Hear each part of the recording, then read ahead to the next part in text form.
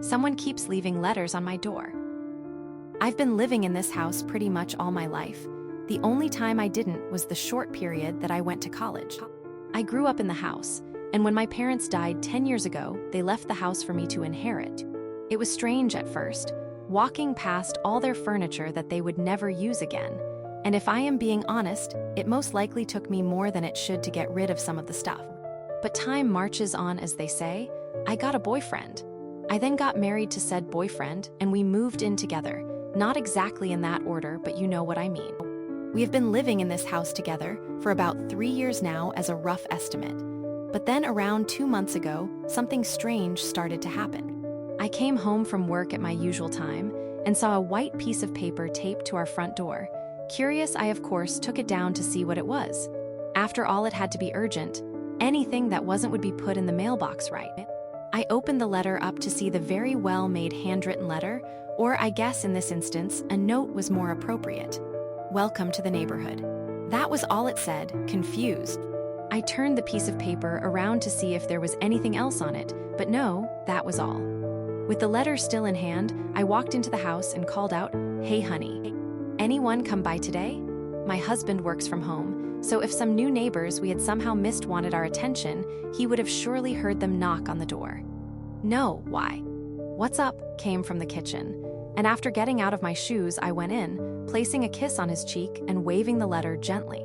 This was taped to our front door, just wanted to know if you had seen anything. He took the letter from my hand and read it, turning it over in his hand like I had, and simply shook his head. "No idea, must be a mistake, I don't think it was meant for us." Which I took as a good enough explanation. After all, there wasn't much else to it, and the whole thing kind of left my mind after that. Then 3 days later, same scenario. I come home from work, letter taped to the door, this time an eviction notice. Even more strange as I on paper legally own the house. Once more, confused, I step into my home and put the letter out in front of my husband, who stares at it for a few seconds and then up at me. "What's this?" he asks, confused, as he picks it up and begins reading through it, brow furrowed. "Tap to our door, doubt that it's meant for us, but we should still call the number just to make sure we don't run into some legal trouble or something." My tone was clearly tired. It had already not been a great day at work, and this was the last thing I wanted to spend my off time doing. My husband sucked his teeth and nodded softly. "Yeah, that's a good idea. I can take care of it if you want, trade you for cooking." And that was an offer I was more than happy to take. It didn't take too long. About 40 minutes later, his head popped into the kitchen with a smile. "It's taken care of. They say it's most likely an error on their part, as this hasn't been a rental property in 70+ years, so we don't need to worry." And so I didn't. Once more, the letters on my door were out of my mind. 4 days pass, and as I pull into my driveway, I can't help but let out an exhausted sigh at the white square hanging on my door. At this point, it was starting to become annoying. I was starting to suspect that someone was treating our front door as a junk mail deposit. Either way, I pulled the letter down and opened it. It was a written confession, a detailed handwritten letter of love designated to a man named Henry. My brow furrowed. Neither me nor my husband were named that, and I knew for a fact that none of my neighbors were named that. But the letter seemed too detailed to end up here on accident. This was clearly from a person who knew this man named Henry intimately. Someone who had spent a lot of time with them and would surely know this wasn't their address right. And it couldn't be a mail mix-up since it was taped to our door directly. I clicked my tongue lightly as I thought, deciding in the end to just crumple the piece of paper up and throw it out. I was kind of over the whole messages on my door bit. And if I am being completely honest, work was draining me so much that I wasn't much in the mood for finding whoever this Henry was. I knew in my heart that if I brought this letter to my husband, he would go through hell to find the right owner. He can't help it as a hopeless romantic. I just didn't have the energy. Maybe we would have figured out things earlier if I had just let him see. The letters just kept happening. Every 2 to 4 days, a new one would be taped to our front door. Most of the handwritten, talking about everything from the weather to a bird they saw. A few of the notes being official-looking mail. Another eviction notice, something about registering to vote, one for a nearby church.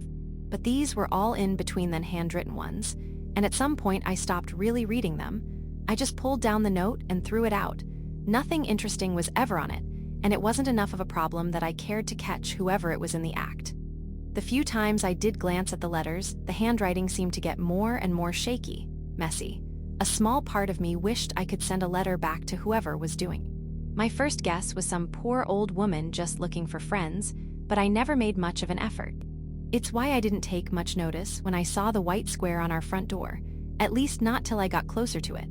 The rest of the letters had been taped delicately to the front of my door, but this one had a nail driven through it. Someone had nailed into our front door. I grabbed the letter and opened the door. "Why didn't you call me or something?" I yelled into the house as I angrily removed my shoes and stomped into the living room where my husband sat confused with his phone in hand. "About what?" he asked with a tone that matched his facial expression. I waved the letter annoyed in the air. "Someone nailed this to our front door. There is no way you didn't hear that." At that, my husband practically shot up from his seat and with fast steps moved to the front door, opened it, and had a look at the slightly rusty nail that had been driven into the middle of it. "What the fuck?" he said with furrowed brows, eyes drifting over to me. My facial expression changed, pausing, confused like his as I stared down at the letter.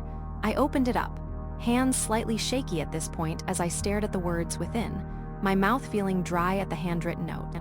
"You corrupted my Henry." The letters were shaky, written as if someone who was drunk, and tapped to the inside of the letter were two photos, both of me and my husband, one in the kitchen and the second cuddling on the couch.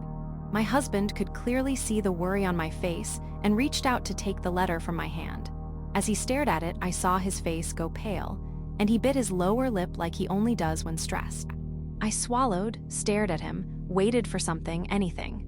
After what felt like a million years, he finally looked up at me. His eyes were unfocused. He looked as if he was staring right past me. "Daniel," he said, his voice shaky, unsure. I nodded. He needed to know that I was listening as I stared at him wide-eyed. "I need you to understand that I love you. I love you with all of my heart. Do you know that?"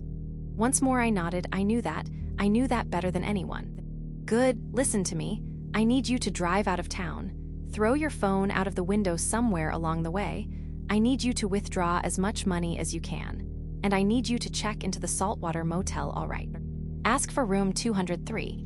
I opened my mouth to say something, but before I could even get my words out, he stopped me, putting his hand over my mouth as he stared into my eyes with a more intense gaze than he had ever had. "Please, no questions. I will come find you, I promise, please. For me." I swallowed and then nodded. I didn't know what else to do. He gave me a kiss on the forehead, and I left. I got in my car, and about 6 hours later, I checked into the saltwater motel room 203. The only thing I didn't do was get rid of my phone. I can't. I need to know that he can call me, that if something happens, he can get a hold of me. I hope he knows that I love him too. Maybe that's why I kept it, so I could write this. If I never see him again, if something happens to either of us, I hope at least this is enough for someone to know that I love him too.